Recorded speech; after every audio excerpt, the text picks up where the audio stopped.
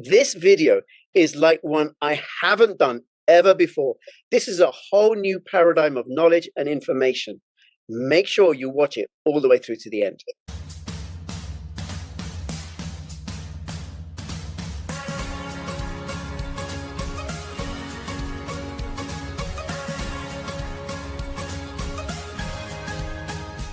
Apollo had produced the ultimate hardware wallet for your cryptocurrency assets, probably the most secure hardware wallet going. Use my affiliate link and the code for a discount. To find the best cryptocurrency investments, check out Token Metrics. Use my affiliate link for a discount. Take the first step towards online privacy. Get NordVPN. Hey, Stephen, thank you so much for making yourself available. That's a pleasure. Thank you for inviting me, Rich. You are so welcome. And just a little bit about our background and how we met. I think it was maybe 6 weeks ago. I was, during my day job, I made a call to your wife, or somebody had recommended you, and I reached out to you and I spoke to your wife. She said, he's available this evening in this city. And I said, good, I want to go and see him. I want to go and see him. So I came to see you. We didn't know each other at all, never met before. You don't know anything about me. And then you gave me this reading, a psychic reading. And there were things that you told me about my life that were accurate. And I was like, there's no way you could have known that. You told me stuff about my mum that had passed away over 17 years ago. It's like, no way he could have known that. And then curiously, and I've said this to you, Stephen, since October, I have had readings from five psychics. 3 of them I thought were really good, really good, and I would highly recommend. You're one of those 3. And all 3 of them said stuff that was the same about my marriage, about my mom, about money, about this, about that. It just overlapped. I was like, what is going on? What is going on? So I thought, one, I'd invite you here so that people can find out about the great work that you do. And, should they want to go and pursue it, we'll have details in the description below how they can reach out to you.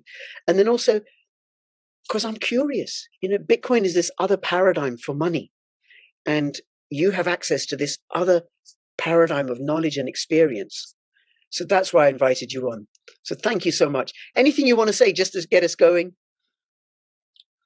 Well, no, I'm really pleased you've asked me to come on because I see an awful lot of people every day. And I've been working in this field for now. It's incredible how time goes by, but I've been working in this field for about 30 years. And it was always an interest of mine that there's far more to the human consciousness or the mind, or how the mind and the brain works together, and to access maybe different understanding or different levels of understanding or consciousness, which would give us insight to maybe some of the questions that have been asked since time began. And so even as a child, my mum used to say that I'd come to her and say, Mum, I don't want to be in that room. There's something or there's someone in that room.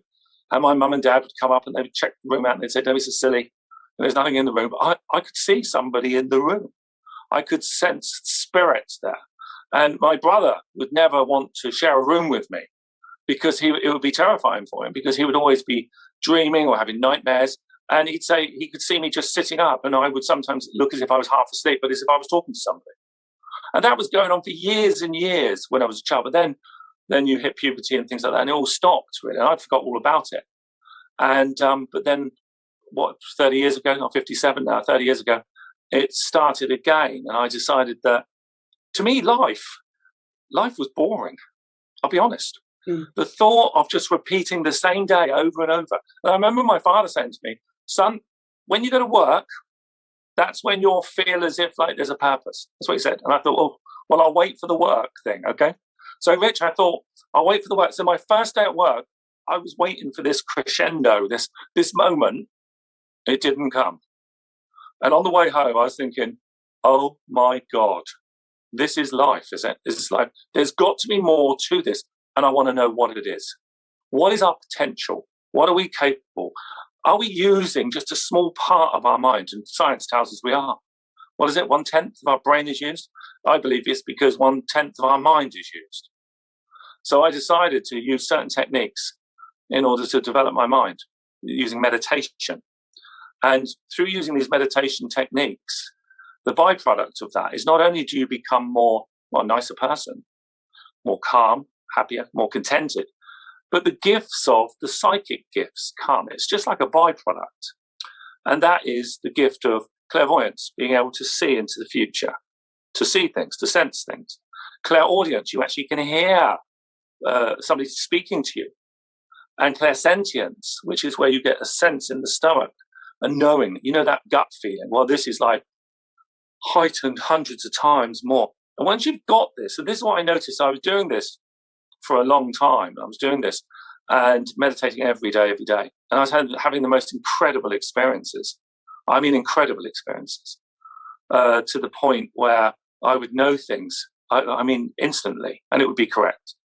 For instance, and one particular time, I remember years ago, I was introduced to this lady with her fiance. And as soon as I saw her, in my head, a voice said to me, "This is your future wife who will bear you 2 children." Now, she was standing there with her fiance. And I'm thinking, well, this is going to be an interesting one. This is going to be an interesting experience. But of course, I did everything in my power just to be a friend, just to be, stay back. And I've been married to her now for 25 years. And at the time, there was trouble conceiving children. And so it looked like what the medical profession said, that we weren't going to have any children. But I remember what that voice had said to me. And the voice had said to me, "But who will bear you 2 children." And we have 2 children. So it's really quite interesting. So there's good parts to this. There's amazing parts to this with this development. But then there are the scary parts. Okay, so the scary part, for instance, me and my wife were walking through the common land in Southampton. And it was quite a few years ago. It was actually 2004. And as we were going across with our little dog, something hit me. It was like a wave. It was overwhelming. And I stopped, and my wife said, "Are you okay?" I went, "No, I'm not." And she said, What is that? And I said, "Nicola, there's going to be hundreds of thousands of people who are going to die within days." And she said, "Where?" I said, "I don't know." I said, "It's either going to be natural or nuclear, because there's hundreds of thousands of people." And it was 6 days later that the tsunami hit, 2004, and 250,000 people died that day, or over the next few days. So those type of things, I'm not, I don't really want to know. Please don't tell me, But what I think happens is, one thing I want to really emphasize is that what I've done, or what I'm achieving, because you never get to the end goal, it's continuous, it's eternal progress, I believe, open to every human soul. But what I'm doing is not a gift, it's purely open to every human being. So every human being can evolve and have these abilities. And what we do is, I think we're tapping into a universal consciousness. But the thing is, most human beings are so wrapped up in their little lives and just trying to survive, really. That's what they're trying to do in their lifetime. But those who do have a little bit more time, who can actually work on developing the mind using meditation techniques, you then start to become aware of a different world, a different reality. And with that comes these apparent gifts. But I just think it's just a stage of evolution. And somebody said to me, "So you're saying then anybody can do this?" I said, "Yeah, they can. They can all develop this." I said, "But everybody can play football, but there's only a few George Bests." Yes, there's only one. There was only ever one George Best. Was there anyone? Yeah, we're both showing our age, right? I'll be 57 next month. Absolutely. I should have said Rooney or something, shouldn't I? That's right. Even Rooney's a little bit old. I don't know who it is nowadays, right? But, okay, Now, for people, most of my viewers, thank you so much for that, Stephen. I'm going to come back because there's a lot you said in there that I want to get into, right? So most of my viewers are from the United States. So just so you know, Georgie Best, was probably the finest football player that British Isles have ever produced. Got to be careful not to call him English, because he was actually Northern Irish. We'll say Ronaldo or someone like that. He's like a Ronaldo. Or on a par with Pele or something, right? He was just absolutely fabulous. But anyway, and because he played for Northern Ireland, he never got the international credit that was due to him. Fabulous. So look him up, Google him, George Best. Anyway, you talked about what happened in childhood with what you used to see and what your brother and your parents would say, and then you talked about not doing anything with it, and then meditating, and then you talked about like how you have access to a whole other levels of information or worlds or something. And just on the way that I think of it, is bees see flowers in ultraviolet. I don't. So the bees have access to a information about the world that I don't have. Yeah. Maybe I could develop ultraviolet vision. Unlikely, right? But then that would give me access to a whole other level of information. So what you're saying, I understand, is you developed a way of accessing this whole other level of information that's outside of normal everyday awareness. Because, I'm just, how am I going to feed the family and pay them more? That's right. Make sure I look fairly presentable, and I need a haircut later on today, right? All that sort of stuff. And then also how information comes to you and where it comes from. Okay, so let's go to childhood. So these people that were talking to you, or these spirits, who are they? And then I want to go into the next levels that you were talking about, right? Okay. What did you talk to them about? Were you frightened? Where did they come from? Who are they? Are they human beings? What are they? When I used to talk to them, they used to say to me that they lived on the earth and that they lived a life on the earth, and then when they passed over, their physical body was but an overcoat. So they were like they took off the overcoat, and they then became aware of another realm, which was what they told me was the astral world. So this other realm, when it was explained to me, it's rather, or how I can explain it to you, is that when you see everything around you now, everything is solid. Everything seems solid, and yet science tells us it's not solid. No. Science tells us that it's a mass of moving electrons, protons, neutrons, and atoms.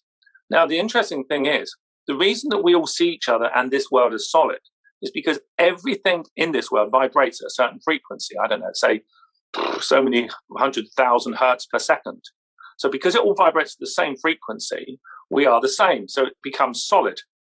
Now, when we actually pass over and we die, we then reside in this space again in a body, but it's maybe 50,000 hertz per second more than this realm. So this realm becomes invisible, and the other realm, or the astral realm, which vibrates at that frequency, becomes visible. And so it's very interesting, because part of the experience of this meditation technique I was using was I realized the astral world. I accessed it. And it was scary, frightening, but exhilarating as well. So this meditation I was doing every day. And then what I was finding was I was laying in bed and I was feeling very floaty. I was trying to go to sleep and I was feeling very floaty. And I would wake up and I would be on the ceiling. I would be a spirit on the ceiling looking down at my body on the bed. And I just couldn't believe this. And I could not get off the ceiling. And I would push on the ceiling and I would come down slightly. And then I'd go back up again. And I just could not get off the ceiling. I did not have the knowledge of, I found myself in this astral body. Now, this body I found myself in was the body you go into at death. I could see my physical body on the bed. So this was the fascinating thing, what took place. I was actually living in a house where I was wanting a lodger. And this chap turned up. And this is why I don't believe anything happens by chance. I think everything's all part of a greater plan. He came in, this chap, when you get that gut feeling, I don't like you, I had it. And he wanted to rent this room off me. So I had this feeling, and he came in and he said, I've got a cat. I thought, well, he's definitely not coming in because I'm allergic to cats. I'm allergic to cats, you see. So I thought he's definitely not coming in. And then he tells me he's a lead guitarist in a band. I thought that's two reasons why he's not coming in. Okay. When he looked at the room, he looked at me and he said, I'll take it. And I thought, I know you. And I let him take the room and I couldn't believe it. He gave me the deposit and he's got to take the room. The first night I was off to the pub, he had a window that I could look through as I walked down the hallway. And as I looked in, I saw him sat in a chair with his legs crossed and his hands in a mudra state, looking at a candle. I thought, he's a meditator. He's a meditator. So next morning, I spoke to him. He had far more knowledge than I did. And I asked him about the astral projection I was experiencing. And he said, yes, I've done that many times. He said, this is what you have to do when you find yourself on the ceiling. I said, what? What do I need to do? He said, bring your whole attention and your consciousness to this part, your third eye. And at that point, with your focus, will yourself and say, stand. So it wasn't long. before I'm on the ceiling again. Wasn't long. And when I'm up there, I'm thinking, I remembered what he said. Sean, his name was. I remember what Sean said. So I brought my attention to here and I went, with all my will, stand. And I came off the ceiling and I was standing by my body on the bed. And I was ecstatic. And the interesting thing was, this body I was in, it was a body of light. It was lighting up the dark room because there was no light on the room, but you could see everything from this body of light that I was standing in. And the interesting thing was, I thought, I'm out. I want to go downstairs. So I thought it must be the same principle. So I focused my mind here on the third eye. And I thought downstairs. And as I did, it was like a whoosh. And my feet didn't touch the stairs, nothing. I was in the chair downstairs. The interesting thing for me was what I saw when I was out. What interested me was, when I looked at the walls, ceiling, and the floor, it was all emanating colour. It was all emanating colour, and it was all moving. It was like shimmering. It wasn't solid. Because I was in this state, I could see how it wasn't solid, because my vibrational rate had increased and was not the same as that. If it had been the same, it would seem solid. Okay. No, that's fascinating. And I can get it, because in quantum physics and also in other philosophies like Taoism and Buddhism and Hinduism, what we think is solid, like the wall behind you, me, it's just concentrated energy, different concentrations of energy. Whereas you might put it, as you understand it, and new to me, I've heard it before, right?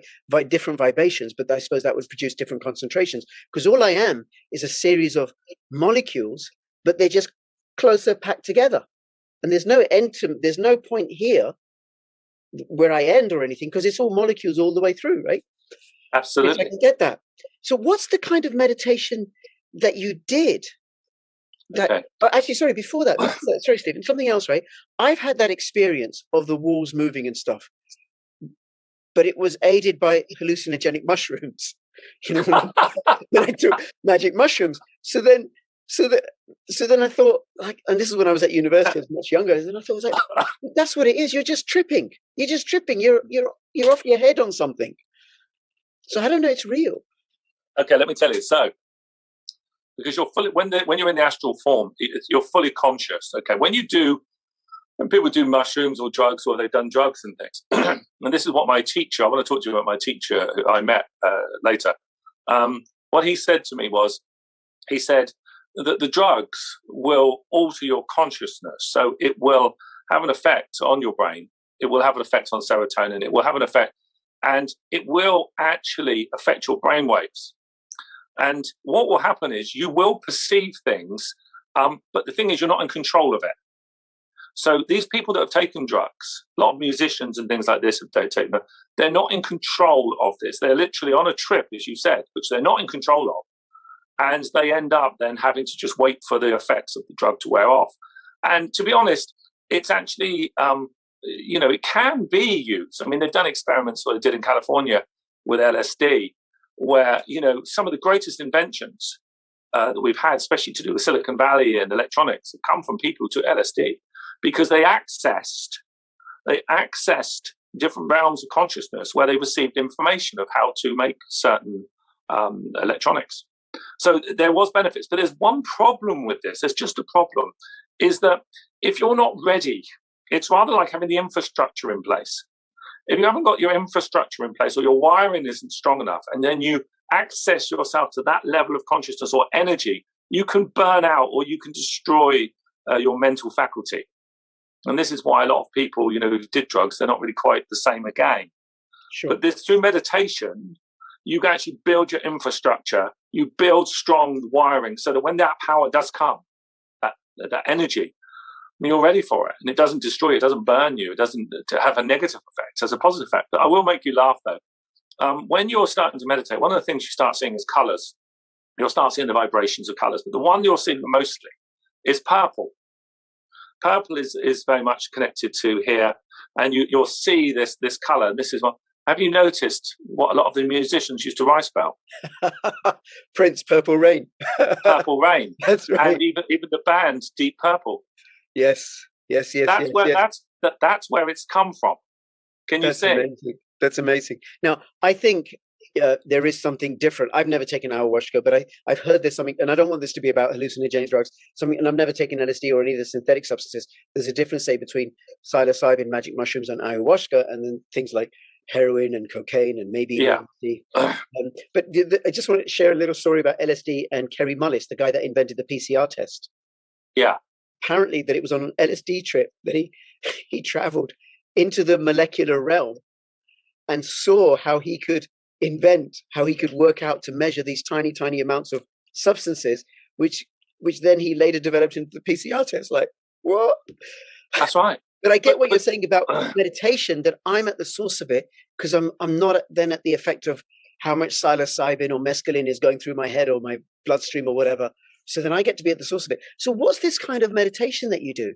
And is it something that you can learn? Can people do you it's training the mind in a certain way. But let me just say to you, just before I go into that, all the great inventors all use mind experiments.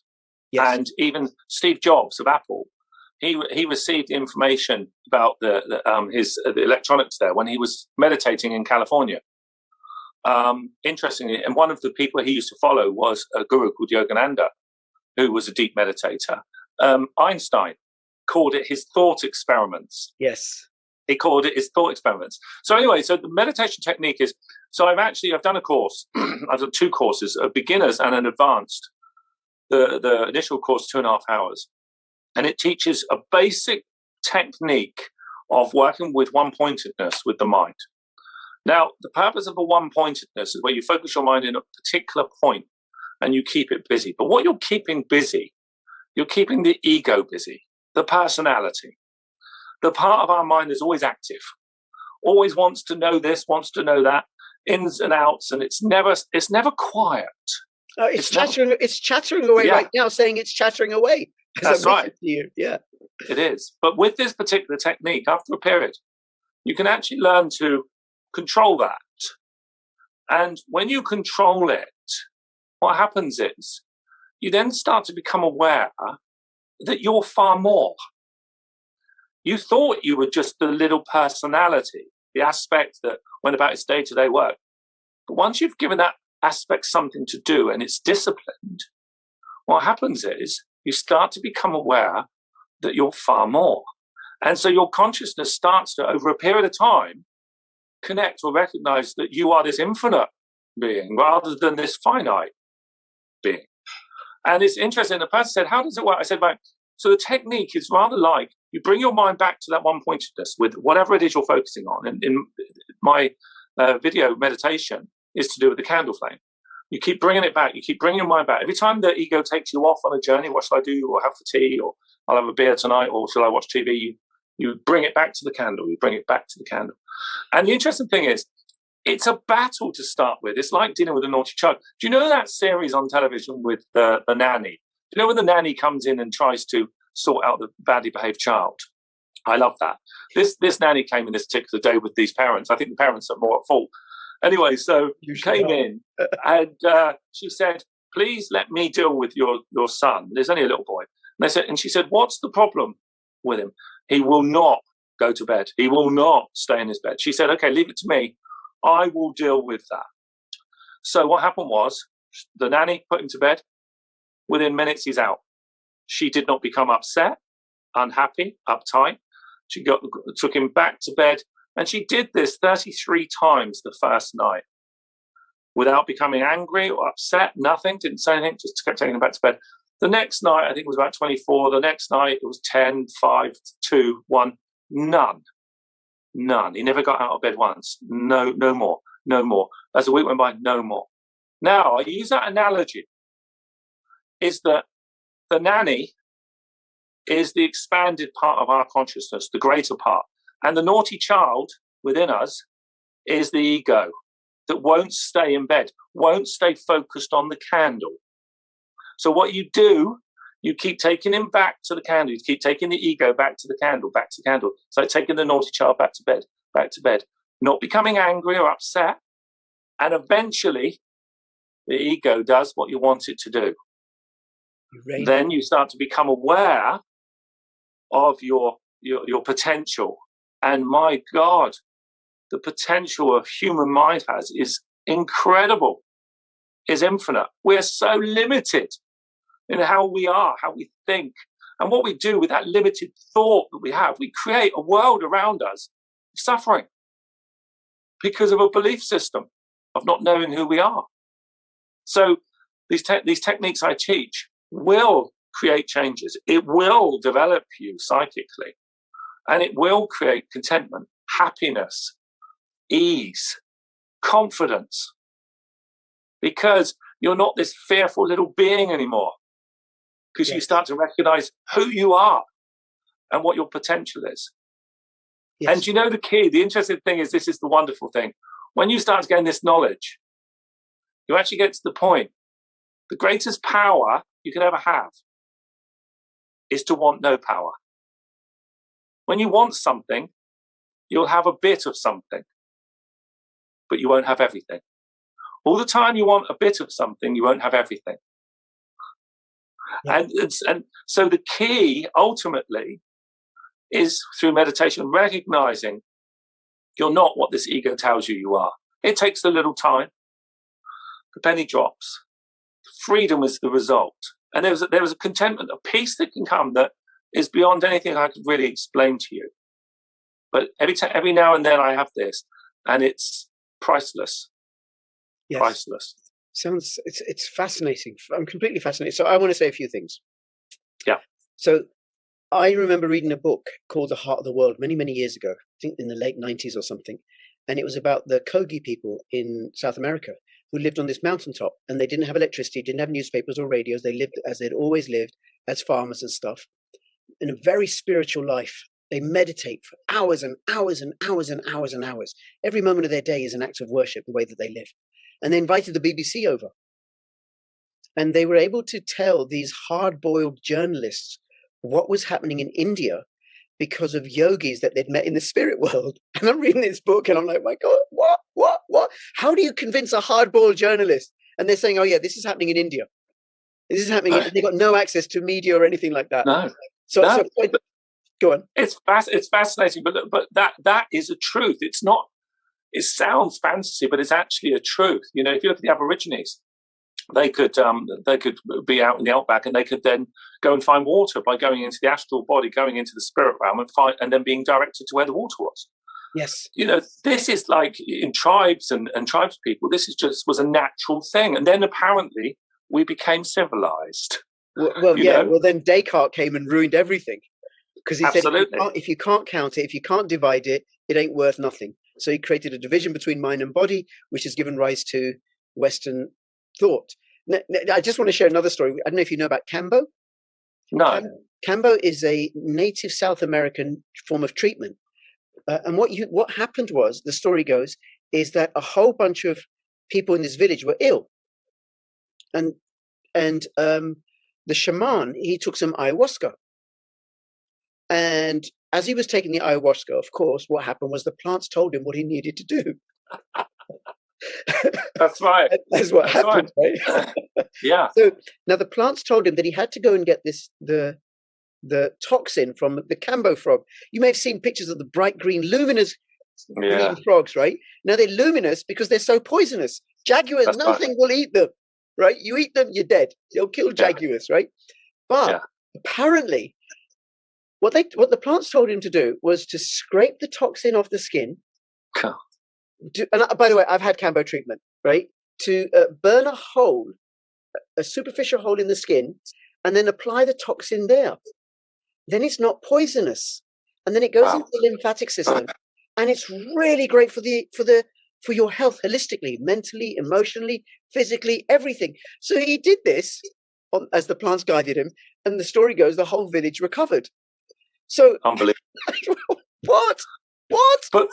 But it's interesting. Where do you think all the knowledge came from with all the herbs? You know, was it just trial and error, or was it actually with the shaman, and they communicated with these maybe inner beings of inner planes that guided them, gave them that particular information? Because if you look at it, there is a plant for every ailment. I mean, the big pharma are in the Amazon rainforest talking to shaman. And they are. They're obviously they're looking for maybe more of a monetary gain potentially. Yep. But there's one problem: is what they tend to do is they tend to take one substance out of that particular plant rather than using holistically the whole plant. Yes, which is probably more beneficial. But I think of it as a difference, say, between getting a synthetic vitamin A versus organic raw egg yolk, the natural holistic multivitamin. Okay. Absolutely. Yeah. Okay. Now, this meditation, are courses available if somebody wanted to learn? Could they contact you? And then yes, it's actually my website is Think Right, Be Right, and so if you actually go into Think Right, Be Right, then all the details are there, and you can actually purchase the. We've got the beginners, and then we've got the advanced that's just going up any time now. And I do suggest really that a person does the beginners, really, just because it helps to build the infrastructure, I said. Sure. It starts to get the body ready for the energy that is going to start to manifest. That's why, interesting, when you look at yoga, yoga is the wheel, it's holistic. But yoga, or the whole purpose of certain yogas, was you go through different yogas to gain enlightenment. Hatha yoga, for instance, which is connected to strengthening the body. The whole purpose of the strengthening of the body is to prepare yourself for the energy that comes when you meditate. Wow. Okay. And there with Hatha yoga, actually yoga, we're talking about a form of a practice that's been done by human beings for thousands and thousands of years. Thousands of years. Really, I don't do it, by the way. I find it too bendy, but I just never got into it. But I completely get the validity of it. Okay, so I'll have the Think Right, Be Right. I'll have the links to that in the description below, and I do invite people to check it out. Is it done online or in person? If somebody in the US wanted to do it. Yeah, so this is a video course, a 2.5-hour video course, and you'll see a lot of me teaching you step by step by step, and just think right, be right, and you'll go straight through. Great. Okay, then so you've trained yourself in meditation. You can now access the astral plane. You can now get yourself off the ceiling, and then worship out the place. but the interesting thing is, when you can do it, you then don't feel the need to do it. That's right. So it's an experience that you have. And the interesting thing with when you talked about these shaman and people, like my teacher,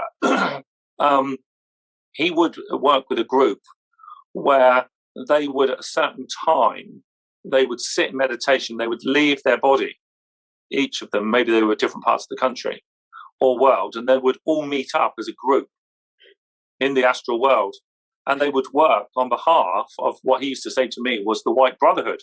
And I used to say, what is the White Brotherhood then? He said, well, it's for the evolution of mankind, to help with the process of mankind. Well, I used to think, wow. But he used to, and I remember just before he died, he was going to do this with me because he knew I could come out. So we were going to sit together.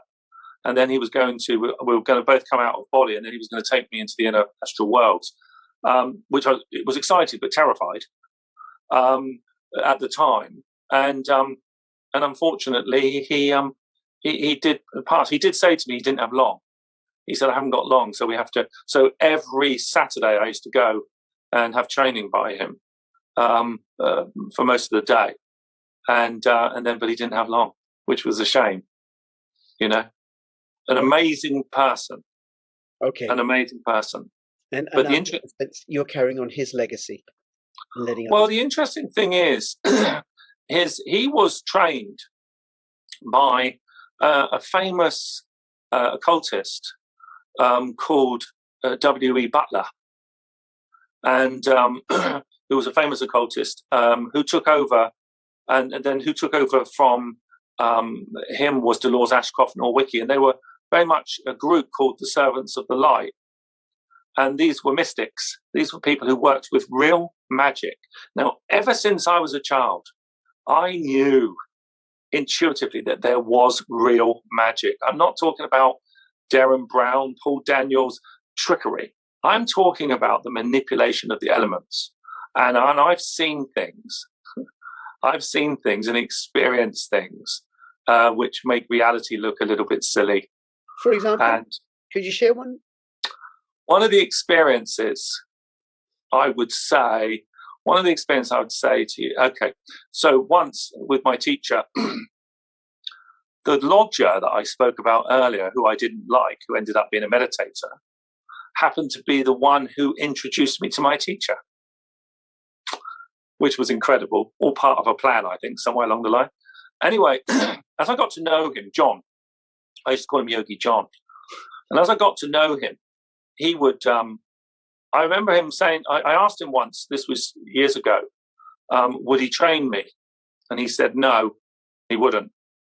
I wasn't ready. Well, I was most upset, to be honest, most. And it was then 10 years before he then said he would, 10 years later. And then I didn't have a great deal of time with him. But in that time, he showed me things. And this particular day sticks in my mind, was where I got to his house and Sean was with me, my friend. We were sat, and he said, Stephen, you can feel objects, can't you? And you can gain information from them. And I said, yeah. So this, what I'm talking to you about now, is a psychic ability called psychometry. So, for instance, if I took your ring off your hand, I could hold it and allow my mind, and I could be able to tell you intricate details of your life, you, your family, your health, everything from the vibration of that ring. It's like a book. And there are certain people that are good at it.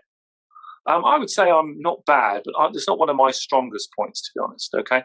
But I've seen it demonstrated many times, and it's so good. So anyway, he said this, you can do this. I said, yeah. So I was expecting him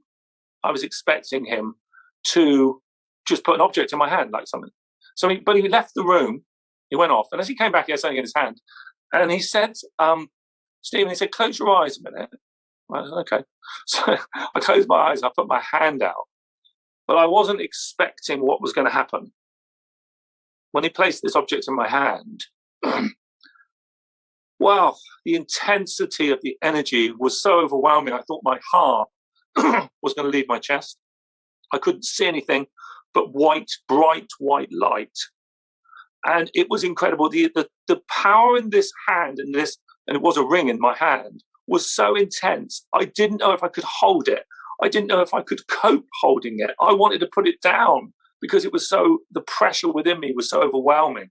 And as I could just start to breathe and I opened my eyes, I looked at him and I just was trying to talk. I went, what is this? And he went, interesting, Stephen. He said, I thought you could just about hold it. I said, what is this? And he said, it's a power ring. And I looked at Sean at the side. I said, has he ever let you hold this? He said, no, never. And I'm trying to hold on to this, and I don't want to hold on to it because it's too much. And I said to him, so what is this? And he said, I use it. He said, so when I meditate and I go very high, I said, what do you mean high? He said, when I go to heaven, I charge the ring with heavenly light.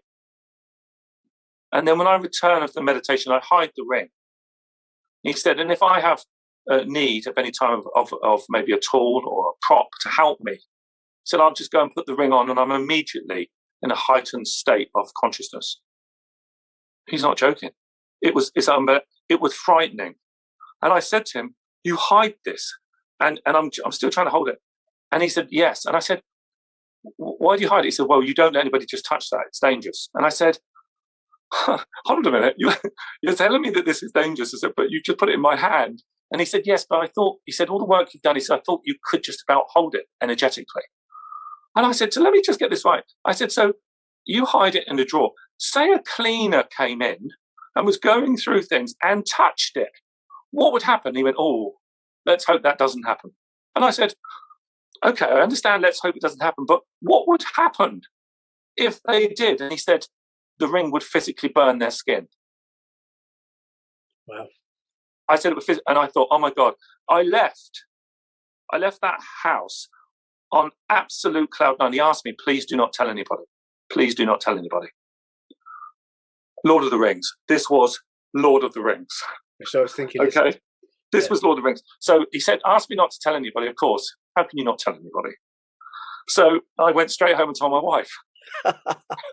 She's your wife. She then immediately, she said, I've got to see this ring. And I said, Nicola, you do not want to touch this ring.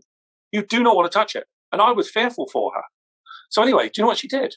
She phoned him up, Yogi John, and invited him round for dinner, right? But asked him to bring the ring. I couldn't believe it. I was embarrassed. Because I wasn't supposed to talk about it. So now I've got Yogi John, as I called him, coming round for dinner. He's going to have the ring on. Now, the thing that got me was when he turned up, he was wearing it. I just don't know how he could for that length of time. But I was just for minutes, and it was overpowering. But you can imagine what level of consciousness he was at. He was wearing it with ease. So I looked at it and I thought, oh God, please don't let Nicola touch this. Anyway, so what he did was he then showed her. No, Nicola said, "Oh, is that the ring, John?" And he said, "Yes." And he put it on his little finger and he pushed it over towards her and he said, "Do not touch." And I went, "Oh, thank God for that." So all night we were having dinner, and he kept that ring on. Believe me when I tell you, I've seen many other things that are incredible with this man. And he was a real yogi. He was a Merlin. He was a Merlin, a yogi. And there was supernatural power. And he did things, and he showed me things, and how he could move objects with his mind. And it took him 10 years before he told me how he could do certain things. 10 years. So I now know how he could do those things. Interesting, isn't it? It is. It's fascinating, absolutely fascinating, and I'm open to it. You know, I'm of the opinion there's so much that I don't know. There's so much I can't see. There's so much to be discovered. You know, for both of us. Yeah. It's not like we've reached the apogee of knowledge and stuff, right? But you know, I can imagine some of my friends and family watching this and thinking, "What is this hocus pocus nonsense claptrap? What has happened to crypto? Rich, he's gone off the Bitcoin was gone." What do you mean? I mean, trying to explain Bitcoin to my father. Right? What? Trying to explain internet banking to my father, right? Never mind Bitcoin, right? Like, what is this? This is a whole other realm. What are you talking about? Right? No. This is real. This is real. Don't worry about that hocus pocus, claptrap nonsense or whatever. So what do you say to naysayers? You see, this is the difficulty, you see, and I very rarely talk about what the experiences I had, but I always knew. You see, isn't it interesting? Okay, we accept without, you talk to people, we accept that we have a star called the sun, and we are a planet called the Earth that revolves around the sun, and we're in an infinite universe where there is no beginning or end. But we accept all that as that's okay. Actually, that's very good. We accept that myth as truth. As okay, that's normal, because that's what we accept. That's normal because that's what you see, what you perceive. Once you've had different experiences. Sorry, Stephen, it's not even what we perceive. It's a myth that then shapes how we perceive it. Yes. But we just think it's true. It may be true. I don't know. I don't have experience of whizzing around the sun. I don't feel it. Well, you see, we're programmed from when we're young. Yeah. So from when we're a baby, we're told everything. We're not new beings. We're just replicas of other people, because everything that everybody else believes, we then believe ultimately, because we're learning. We're even told as a child that's grass and that's green, or that's a tree that's separate from the grass, and that's this, that. We're told all these different things, and it just becomes part of our normality of what we believe to be true. Mm. But this leads me on really to, you're talking about currency, you're talking about wealth, you're talking about money, and creating a good lifestyle for yourself and things like this. Now, if you use the mind in the correct way, you could be wealthy.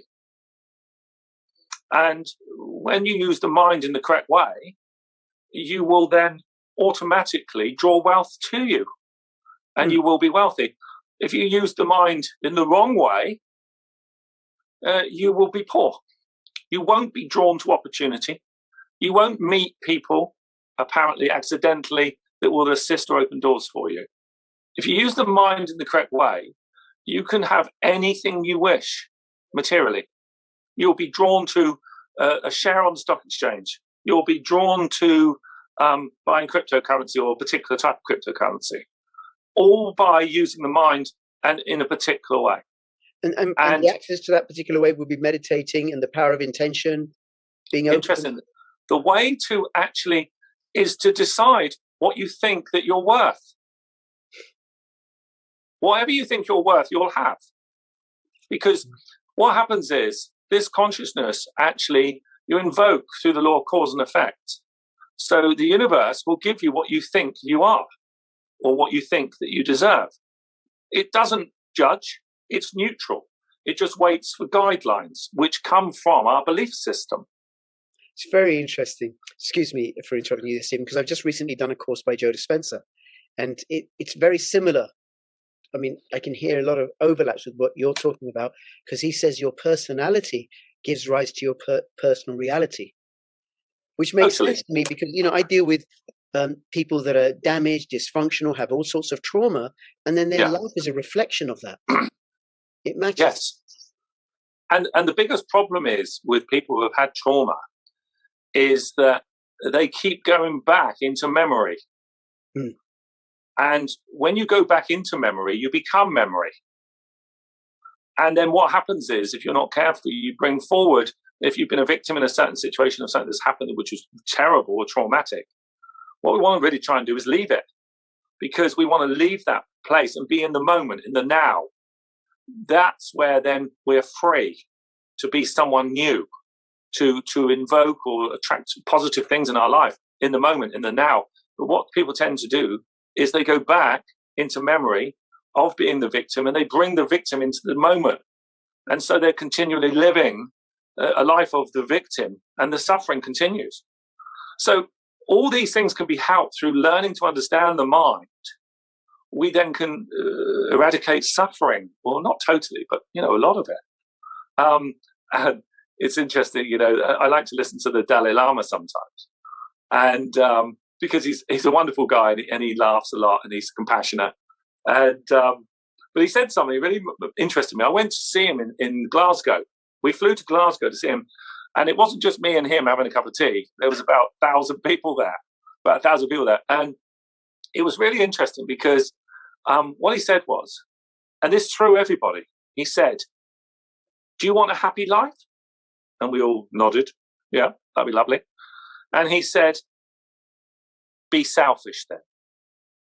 We all looked and we thought, hold on, the Dalai Lama is saying, if you want a happy life, you've got to be selfish.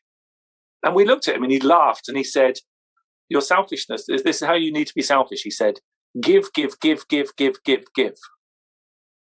And what he was saying, of course, is you're being selfish because the more you give, you know, the more it will come back to you tenfold. Can you see? When you give, it comes back in how you give. This is the interesting thing with consciousness is the ego, or the small part of the ego, which is what we're trying to gain control over, is full of fear. It's selfish, self-centered, and it really just wants to survive, and it lives in fear. It's what Jung says, or Freud said, is the id within our ego. It's the id. It's the survival instinct. It's got to look after number one. Me first. Trouble is with that, you suffer because of that. So when we start, and what we do is we give less. So if we give less, as the Dalai Lama says, you get less. You give less because you're fearful of giving because is there going to be enough for me? So you've then said to the universe, I don't know if there's going to be enough for me. The universe says, I can't give you much then. Right. And then in that, I'm keeping myself small and limited and constrained. It's very good. It's just something on that, Stephen, that's opened up for me in the last few weeks or so, is because I do help out my friends and family with crypto.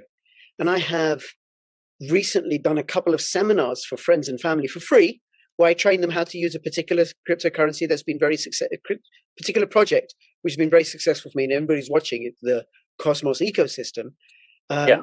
And I just train them and showed them how to do it, and don't invest more than you can afford to lose. And some of they have less money. I help them out and throw them some crypto and stuff. And I find that incredibly rewarding, because there's no point in me being affluent and comfortable and having an easy life and my children being taken care of if my friends and family don't have that. I can't be happy. Right. I don't know if it was Malcolm X or Martin Luther King who said something like that. How can a man be happy when there is suffering around him? Absolutely. And I understand what you said totally, because what you're saying is, if you look at the two states, the little self, which is the ego, just looks after number one, only interested in number one.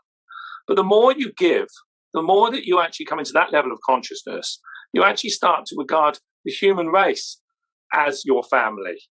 You start to look, and when we start to go into that level of consciousness, it becomes a more beautiful world, because we're sharing.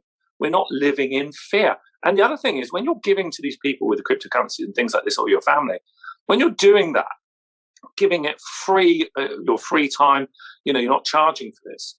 What you're doing is saying to the universe, you're saying, I want to give, and I'm going to give my time, and I'm going to serve others.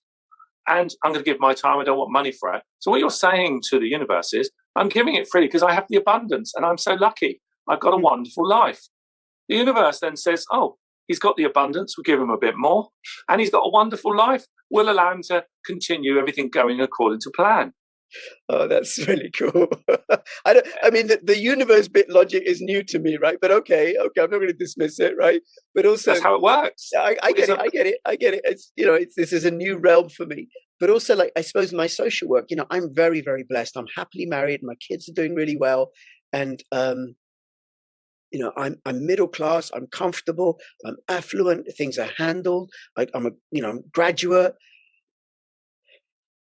And I see doing the social work that I do in really, really rundown estates with people that I think are the most disenfranchised of all, the abused children from dysfunctional households. It's like, that's it's a labor of love. It's an act. It's bloody hard and unpleasant. It's really hard and unpleasant. I can imagine. I'm just dealing with upset people doing upset things and upsetting more and more, right? But I do see it is a labor of love, and I do see it like as God's work, and I do get to contribute and make a difference from who I'm being with them and out of respect for them. So that also ties in. And just I want to ask you a question in a moment. Before I do that, one of the things that I'm going to be doing, and I want to let people know this, in a few weeks' time, I'm going to do these seminars for free for members of the public, for viewers. All I'll ask is that you subscribe to my channel, follow me on Twitter, join my Telegram announcements channel, and just support my work that way. And I'm going to throw open my Zoom, set it up, advertise it through my videos. People can come and attend, ask questions, and I'll share with them, live interaction, what I'm learning, what I'm doing. And I'm also going to be doing that with particular cryptocurrency projects that I'm following as well. So I want to let people know. It's not, like you said, it's not just about my friends and family. Okay, I'm taking care of them. Let me take care of others, and then support them to take care of those that are important to them. That's right. But all the time, it's service, you see. You're giving. It's service. And that is the higher mind, as I call it. And the more that you're in that higher mind, the happier, more contented you're going to be. And that is and then that will attract more affluence. But you're giving. I'm not doing it for the affluence. That's the paradox. No. And that's the key. The more that we give, because it's the love of giving. The crazy thing is, the greater the affluence that comes back. Yes, that's the crazy thing. When you were talking about people, sorry, it's not the love of giving; it's love of people, love for people. It's love. I just wanted to qualify a little bit further. That's how it seems to me. But it is a joyful act to contribute to another. Yes, but carry on, please. Well, if you look at what love is no separation. Love actually is not being separate from anyone or anything. That's why, but the opposite of love is very much self, is ego, separation, just looking after myself. Love is looking after every person, every being you come into contact with. It's actually, love is non-dualistic. So if I can explain that, non-dualism, just quickly, when people have been in love, or they've fallen in love with somebody, and they can't eat, they can't talk, they can't, they just dwell and look at their partner, and they could do no wrong. What's actually happened is, it's really quite interesting. And the sad thing is, they call it the honeymoon period, don't they? But the sad thing is, but when they do this, for a moment, they are in ecstasy for a short period, love. They are in love deeply with their partner. And what's actually happened is, they are no longer separate from their partner. Themselves and their partner are one.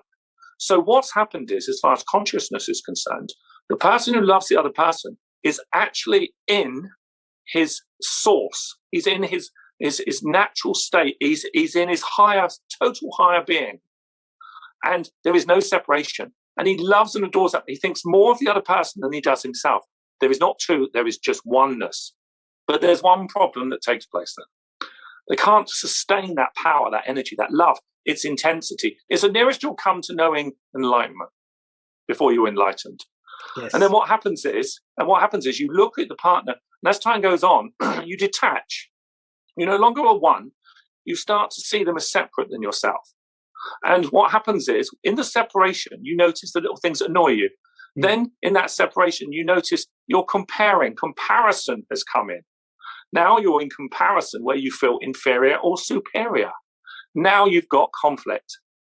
That's what happens. So that is duality, but non-duality is love. And that ultimately is what my main teaching is, ultimately through meditation, is to step by step, bringing your consciousness into non-dualism, to be one with all things and all beings. You've seen some of these masters, these spiritual teachers, they beam from ear to ear. They're just in this incredible state, whoever they come into contact with, because they love everybody. They're in that state. Can you imagine? So what is it? Because we're recording this on the 22nd of February, and last night the Canadian government extended the Emergency Act, and there's how Justin Trudeau's been talking about a certain group of people in a particular way. That was one of the things he said I think it's dangerous and amusing at the same and absurd, right?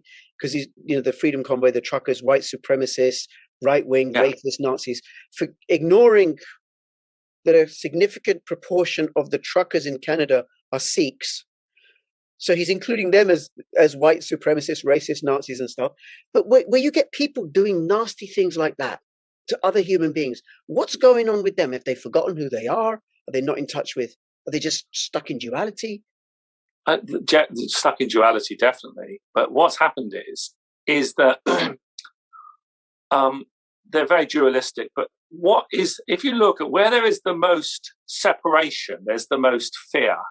You see, even if you look at our world at the moment, look what's going on in the Ukraine. We're not operating as a world. We still identify ourselves as we come from a particular country. Right. We are British, we're Irish, we're Scottish, we're whatever that is. So we're still clansmen, if you like. We're still identifying with tribalism at some level.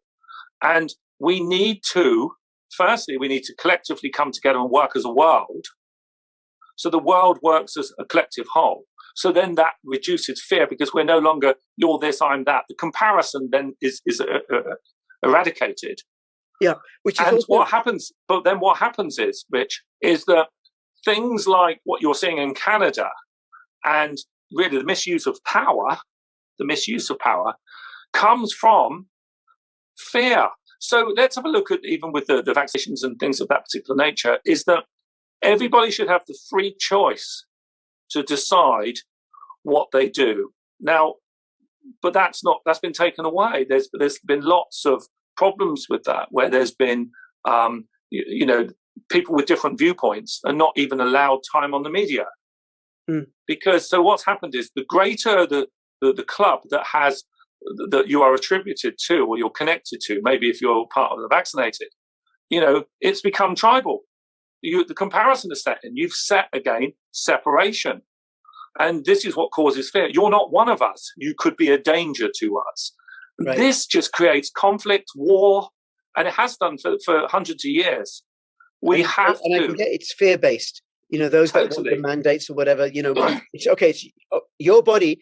I get to say what goes in your body because I'm afraid what it might happen to me otherwise. So I get it. It's all out of fear, right? But and it ties in with the stuff I've read, because I've been very interested in anthropology in my time. How hunter-gatherers, pre-industrial societies, pre-monotheistic religions just see the world as one. The trees as one. One with the trees, the stars, the sky, the earth, the animals, just all as one. Yes. Which again brings us back to Descartes and how he messed things up for us with his paradigm shift that he caused. Now, but just on that, what about religion? I'm Muslim. How does that tie in with all of this? Because, Muslims don't have reincarnation, but there is a meditative tradition within Islam, Sufism. I think there's a meditative tradition in Judaism and also in Christianity. So how does that intersect with this form of knowledge that you're talking about? You see, again, if you look at religions, they've been generally changed or manipulated as time's gone on by who? By man. But the essence of all religion is non-dualism, unity. Yeah. But it's been manipulated. And if you look at reincarnation, it's a very interesting one, because if you go back far enough, reincarnation was accepted as a truth in literally all the religions, if you go back far enough. And did you know that, for instance, Christianity believed at one time in reincarnation? It was there. And it was changed at the time of Constantine, I believe. I think I'm right. Constantine under Empress Theodora. They didn't like the idea of that. They wanted more control. It's either heaven or hell. You behave yourself, it's heaven. If you don't, it's hell. You can't come back and do it again. But the interesting thing is, Christian scholars will know this. They will know that. But the majority will never be told that information. Now, that's a game changer if you believe in reincarnation. It totally makes you view life in a totally different way, of even maybe why you're experiencing this particular life, if there are lifetimes before.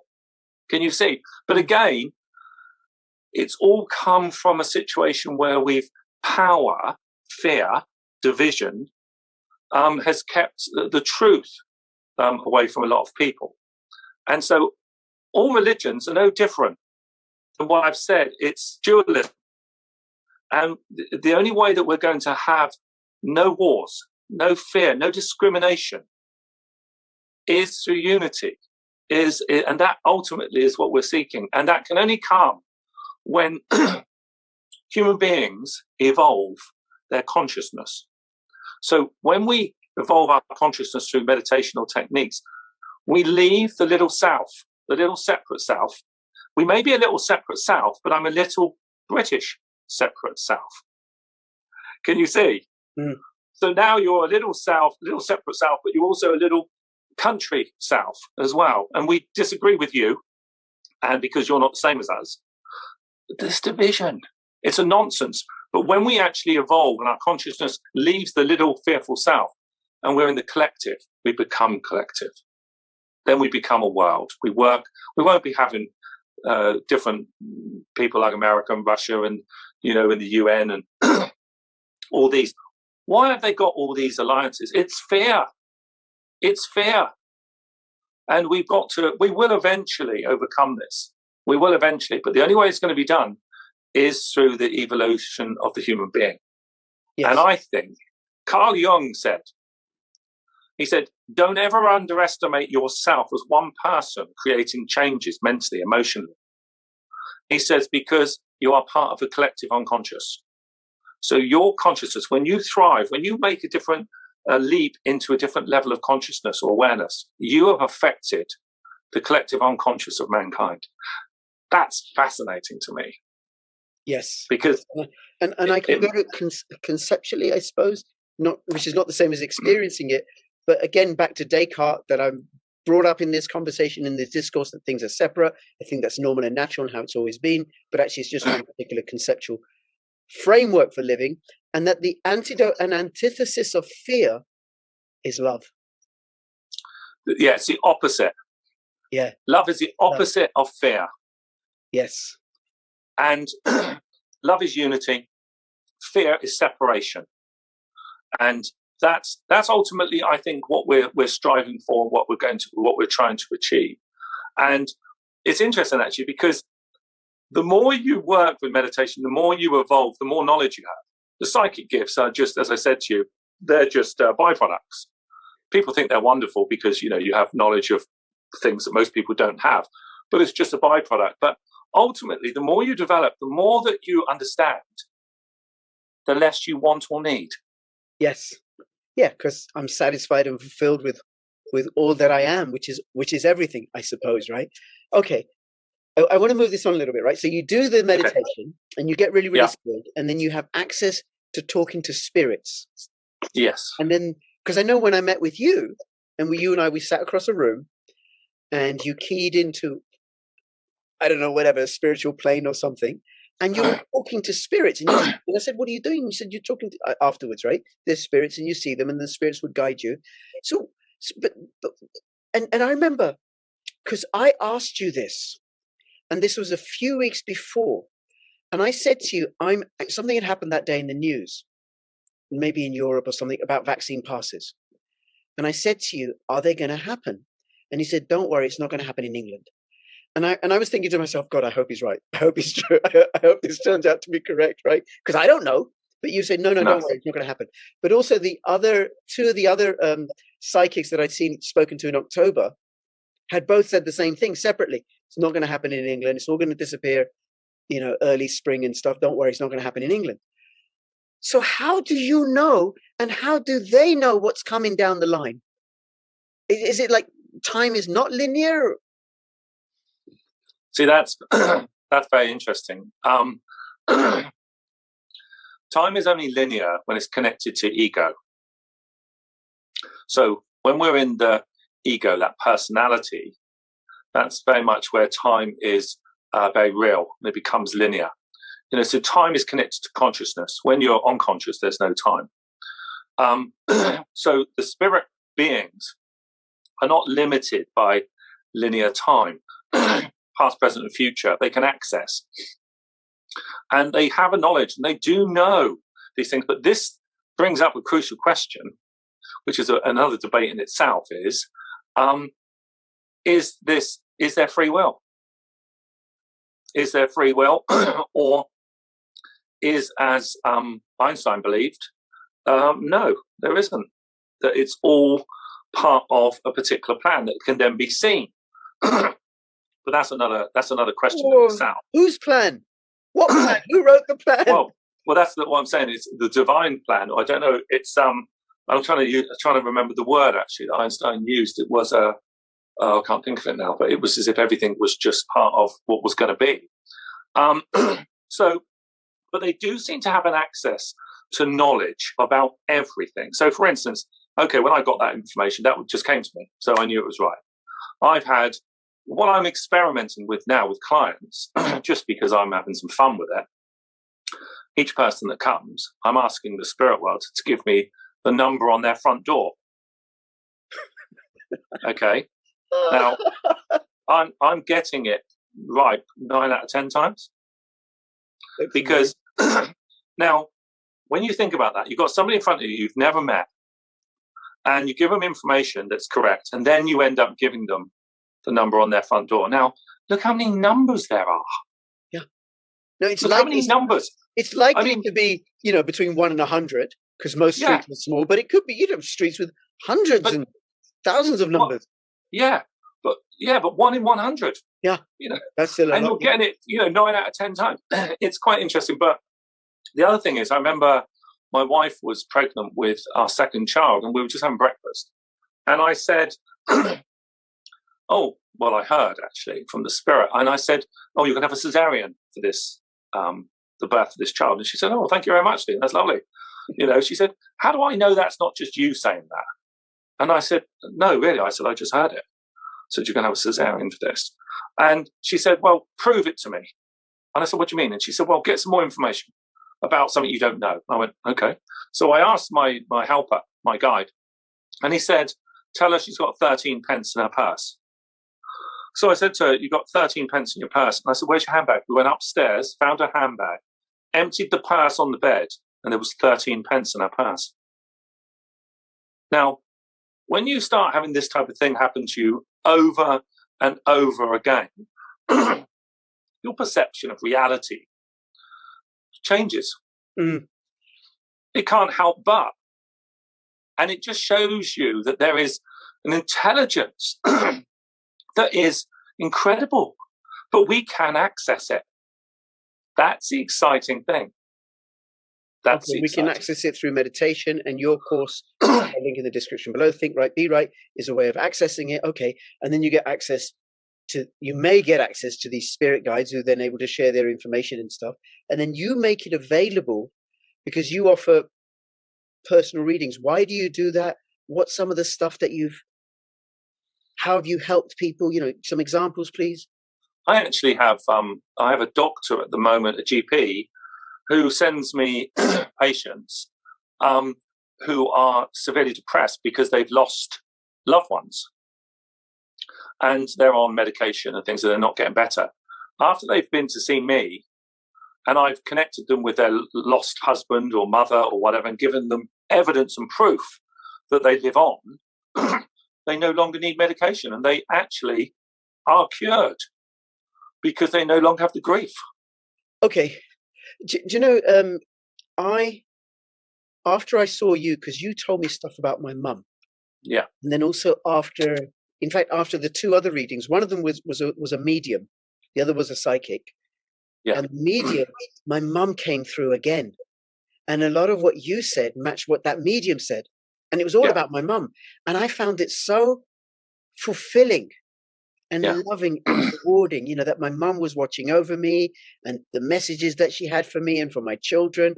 I know my mum would have loved the fact that my children never went to school. My mum was a teacher and my children have never been to school. They've been home educated, which you didn't know, right? No. At least you didn't say if you did, right? I didn't know. But my mum would have loved that.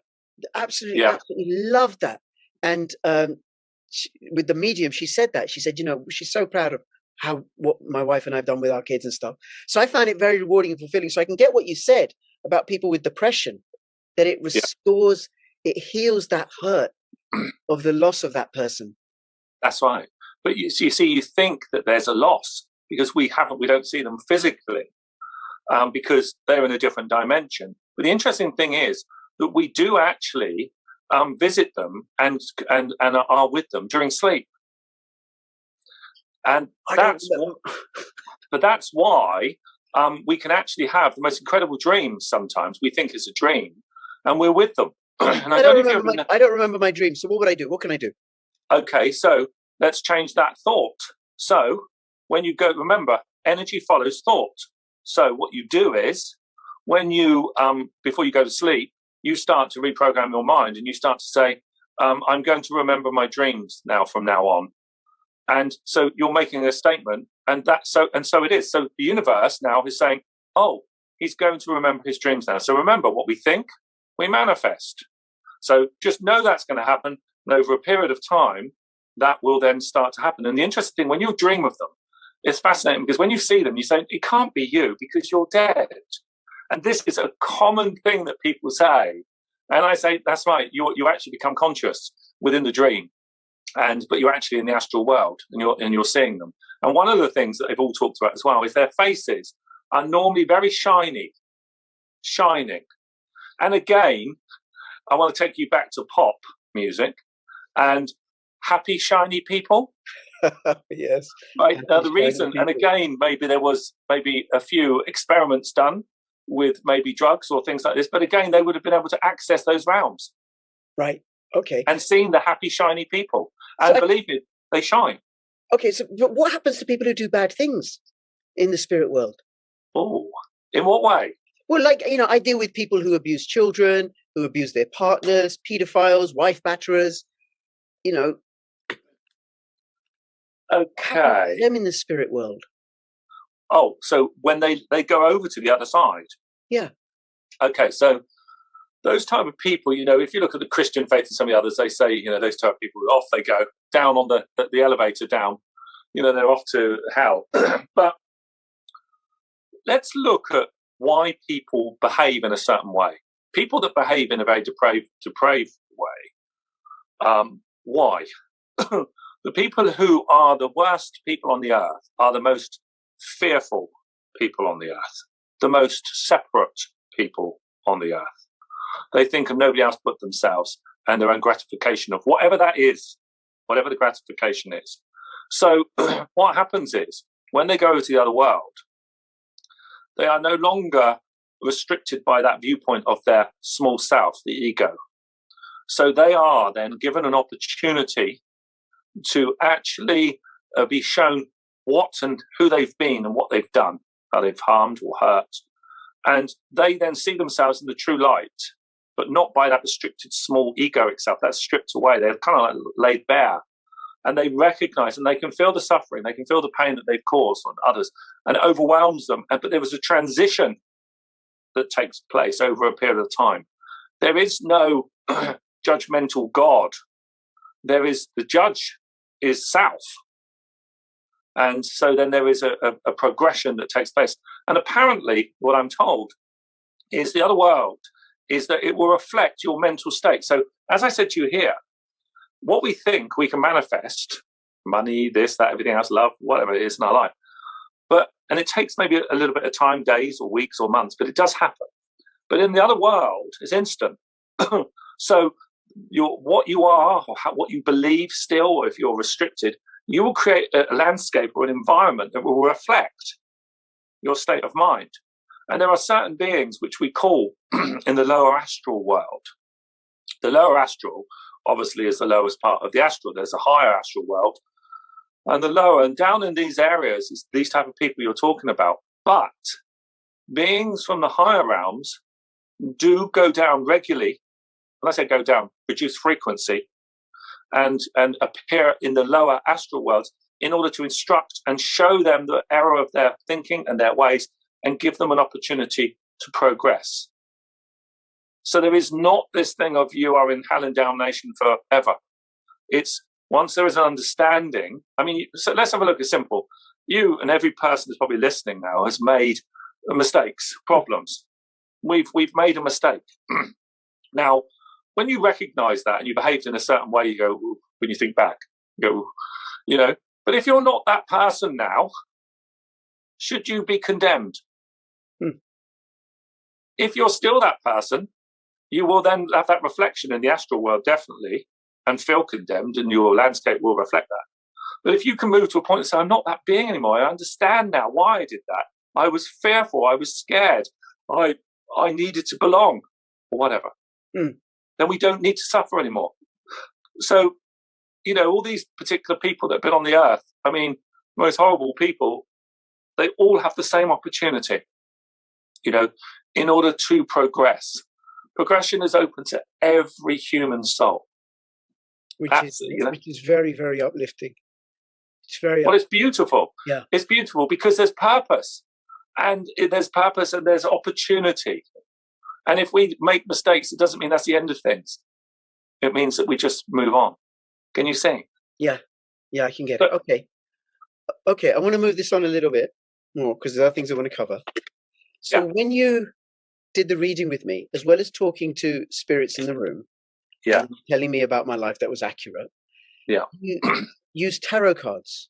Now, to me, they're just cards with images on them, but you turn them over and then you tell me stuff, and that stuff that you told me was accurate. Like, what is that about? What's the rationale? How do they work? So the interesting thing is, okay, so the byproduct of developing the mind is you develop psychic abilities to sense things, to know things, but also then you can develop the mediumistic ability to be able to connect with people who have passed over.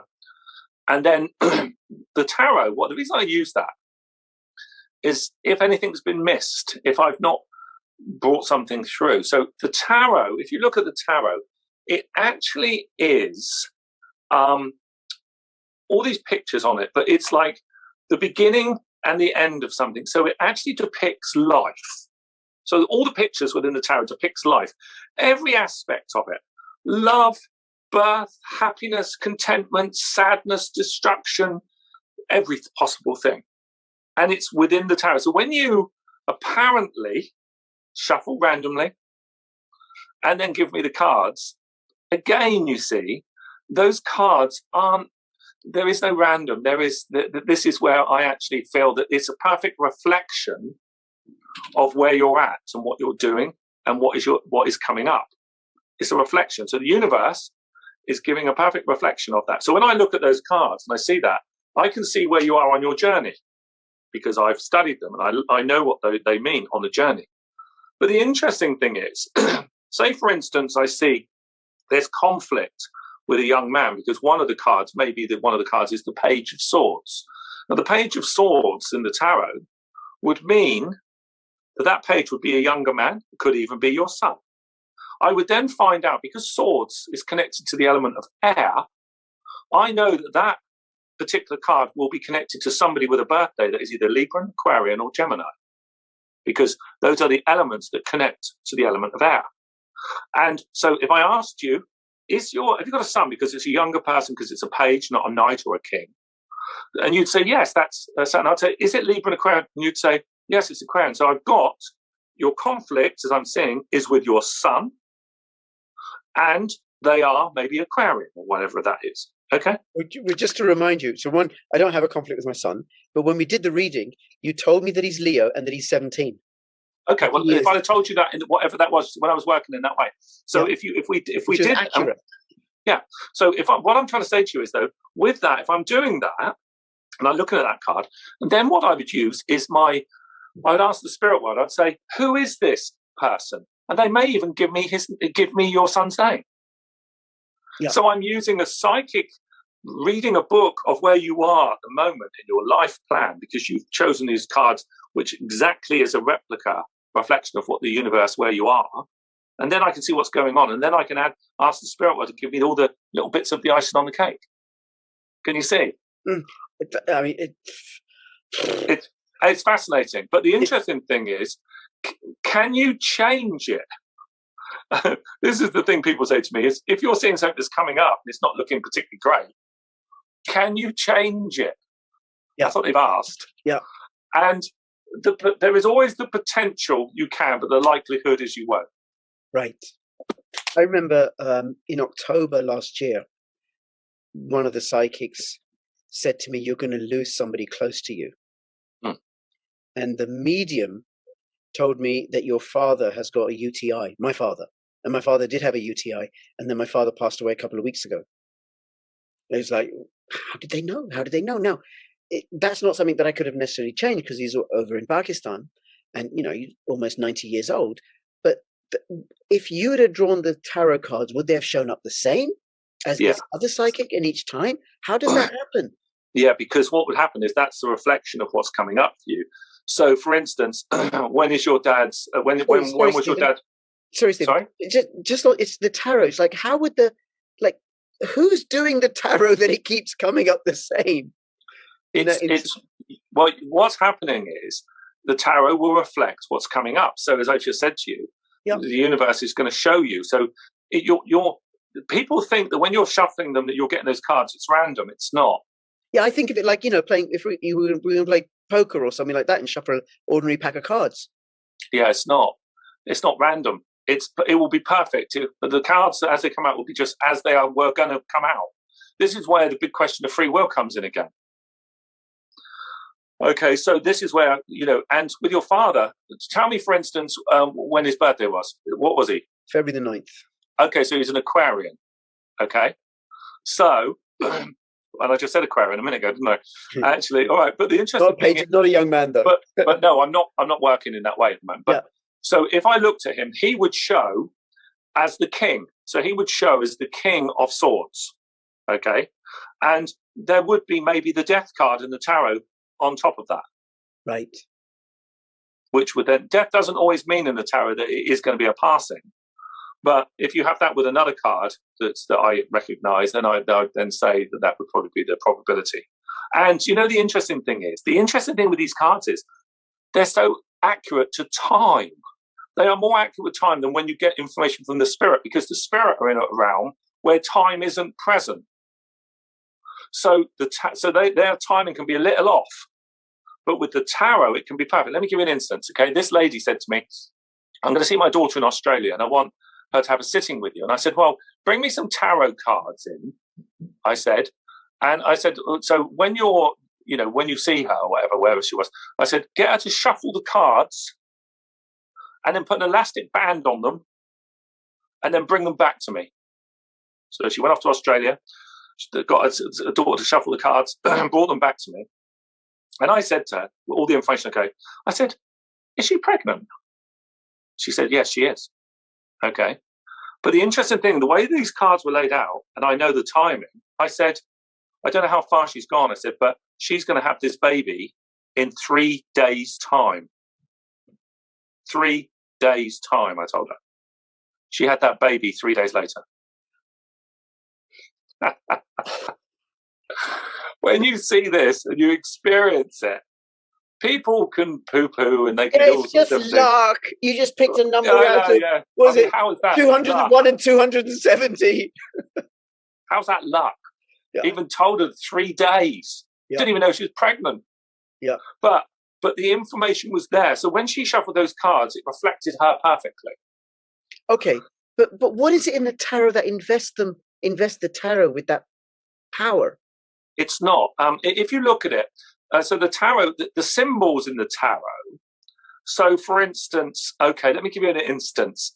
So the pictures. One of the symbols in the tarot. Say we looked at the Hermit card. The Hermit. The Hermit is a picture of a man carrying a lamp, but next to his cave. So he spends a lot of time on his own. Okay.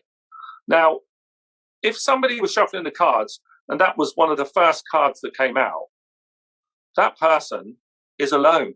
They're lonely because it's depicting it in the Hermit. That's what they've attracted. That's the reflection. There's another one. If I pick with somebody to shuffle the cards and then they showed me the Hierophant. So there's a picture of the Hierophant and he's in all his regalia and all the rest of it. What is a Hierophant? A Hierophant is a teacher. Now, they can be a religious teacher or a teacher, but generally speaking, they're a teacher. So if I saw that, I'd say, are you a teacher? And they'd say, yes, I am. It would reflect. Can you see? That's amazing, because you had me shuffle the cards. The other tarot reader that I spoke to, we did it online. She shuffled the cards.